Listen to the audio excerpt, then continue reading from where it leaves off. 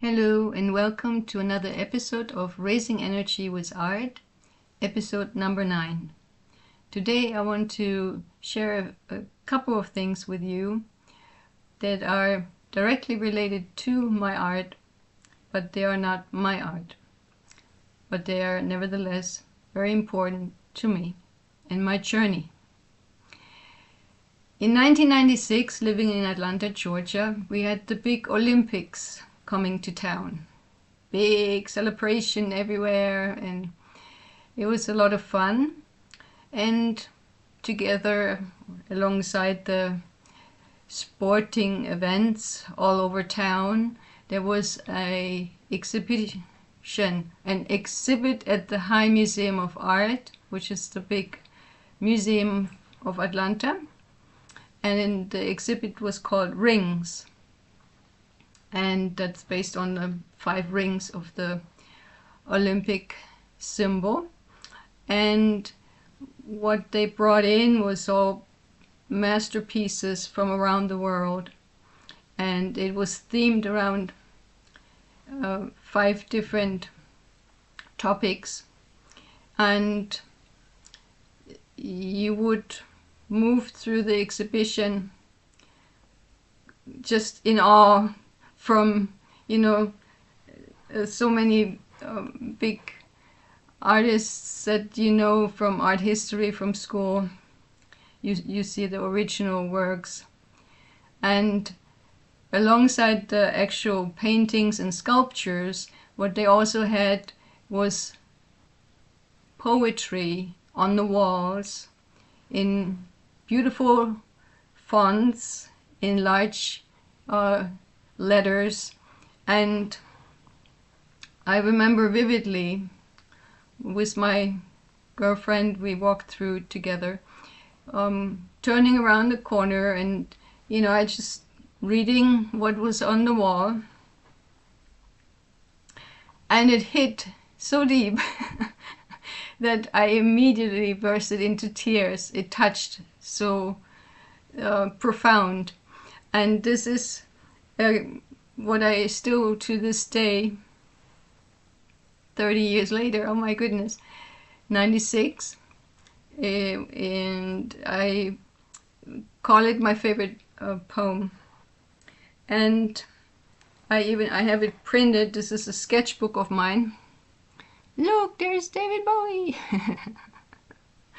And I wanted to start out today with reading it to you before I move on.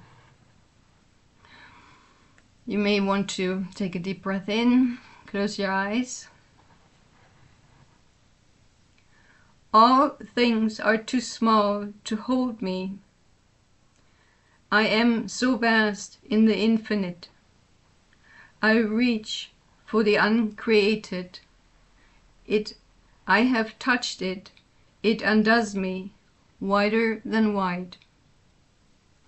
Everything else is too narrow. You know this well. You who are also there. This was written by a nun in Belgium, Harderwijk, in the 13th century.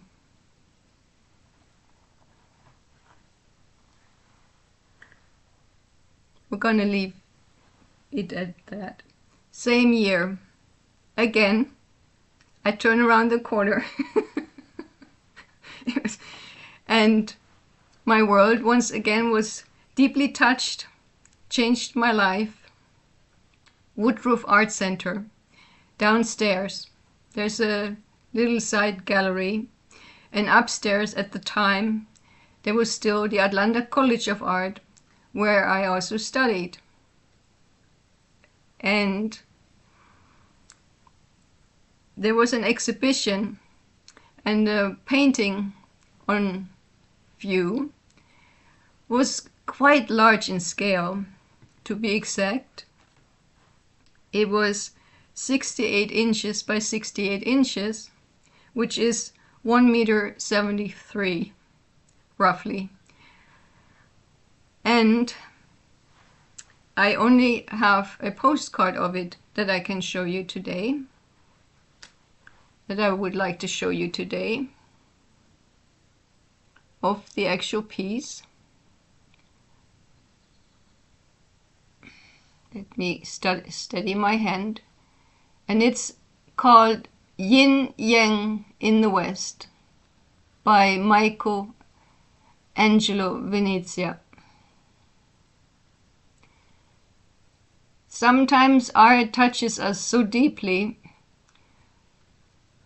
it may not be the image in itself. Well, yes, the image, of course. There's the sheer size of it. I found that he was a teacher at the school, and I knew I wanted to take his class. At some point, I will have to take his class.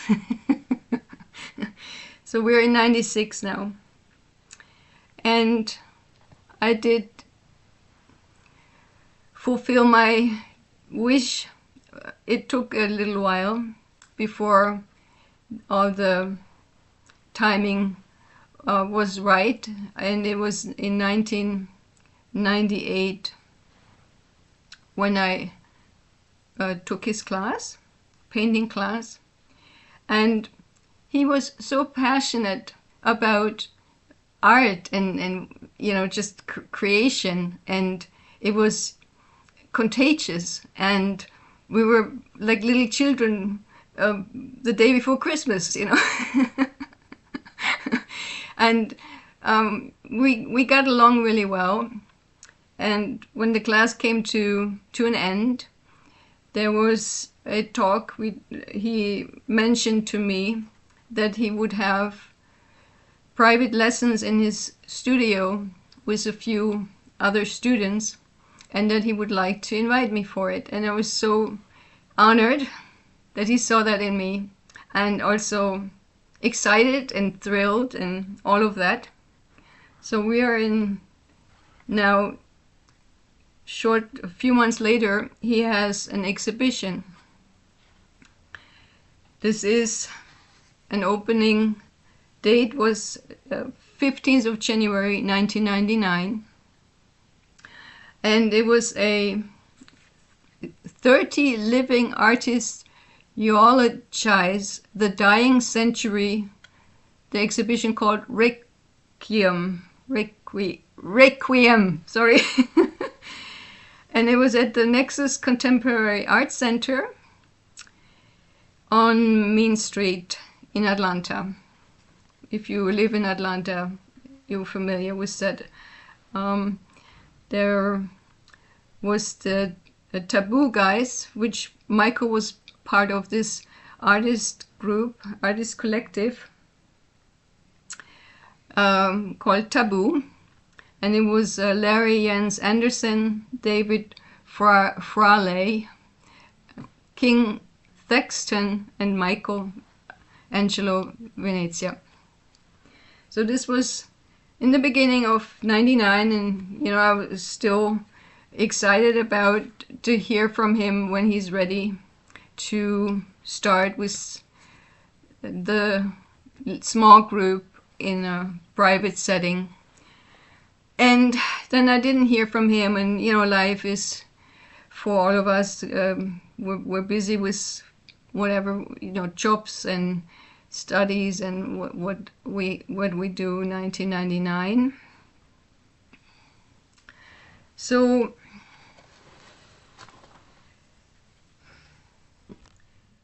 needless to say, after looking forward, you know, Michael was just a very, very sweet guy that, you know, I would have loved to date. You fall in love with wonderful people quickly, and of course it was a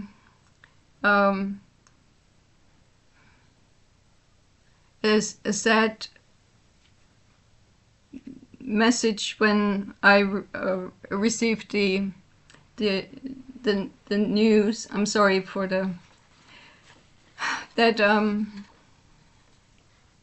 He passed away in March. This is Michael.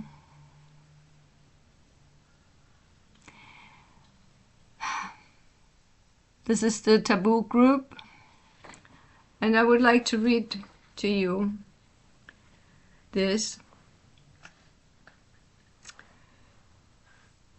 In memory, Requiem for Taboo artist Michael Venezia. So Michael was 46 years old. Atlanta artist Michael Venezia, a member of Taboo Artist Collective, whose work was exhibited widely in Atlanta, died March 4th of AIDS-related complications. A memorial service will be held, and I was at that service, March 30th. Born in Buffalo, New York, in 1954, Venezia moved to Atlanta with his mother when he was 9 years old. He earned a Bachelor's of Fine Arts from the Atlanta College of Art in 1992. Kay Carlos, Dean of Academic Affairs at ACA, remembers him as one of her first students. He had a burning interest in the history of art. He understood how to look at history and relate it to his own ideas, and he spread that enthusiasm amongst other students. And he did, as I already mentioned. Venezia, along with Larry Jens Anderson, King Thaxton, and David Fraley, who also passed a year before, established Taboo in 1989. With the Good Friday April Fool's Day show, the first in a series of witty, satiric exhibitions. Prophetically, their last collaboration was Requiem in January 1999, which I attended, and he was so excited. And the work of all these artists, it was just very, I don't even have the right words to describe it. But it was very out there. I felt I was definitely in a metropolitan city that night. They had a hearse outside, also, I remember that. Michael taking pictures on it. Michael and I shared a passion for art, what it was, what it is, and what it could be, says Anderson, who shared a studio with Venezia for 8 years. He was an intellectual. I'll miss our intense conversations. Thaxton, meanwhile, expresses shock over the loss of 2 of the collective's 4 members. After Requiem, we had joked that Taboo could resurrect itself one day and put on shows. That isn't possible anymore. As an artist, Venezia worked in a very private and meditative way. In a 1996 interview, he described his reliance on an inner light and solitude to generate his vision of the body as a vessel. Venezia developed a classic European painting style to portray individuals caught in inner spiritual and psychological conflict. The puzzled male subject in Doubt title, for example, fingers an open cut on his torso. So artists also heal through their own expression. They heal their own inner world. Venezia's partner Gary Rosinger says that in 1986 video about Venezia presents the clearest idea of who he was. Filmed by Greg Lovine, the 10-minute video presents a photo album testament to Michael's work and how he fused art with an interest in religion. He blended the two drives, recalls Rosinger. He wanted his art to be meaningful and enlightening.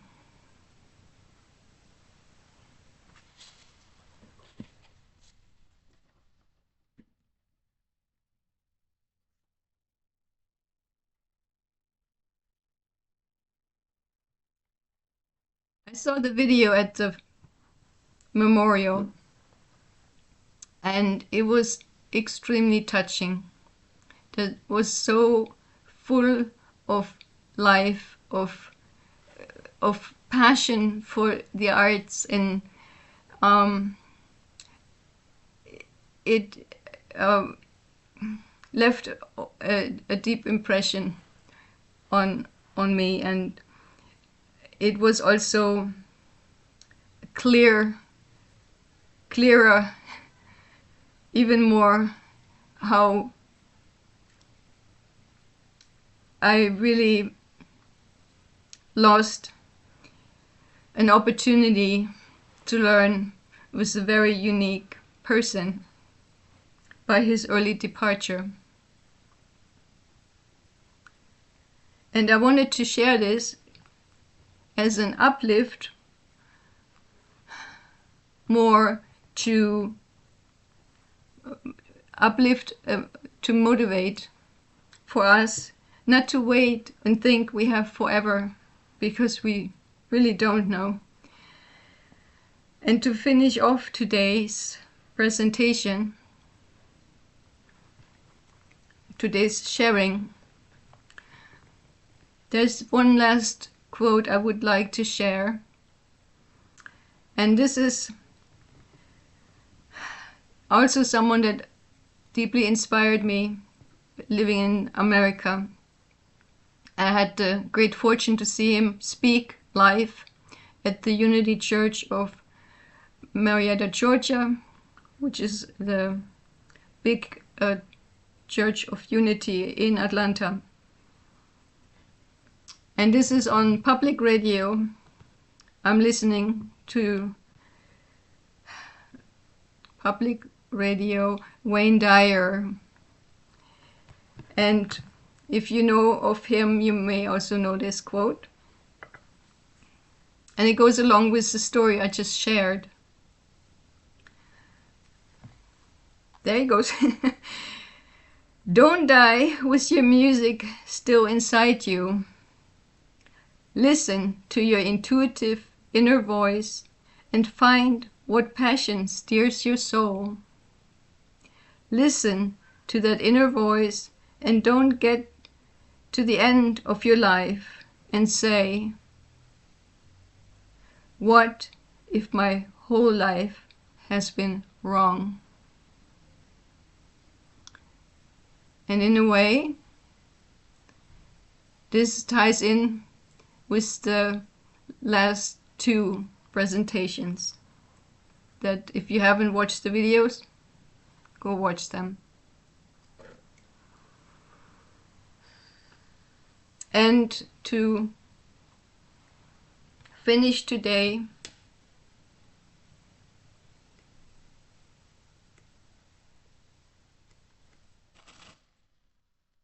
I don't have a candle.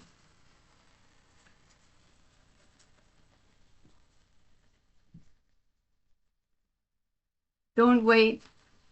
Don't wait. Get busy.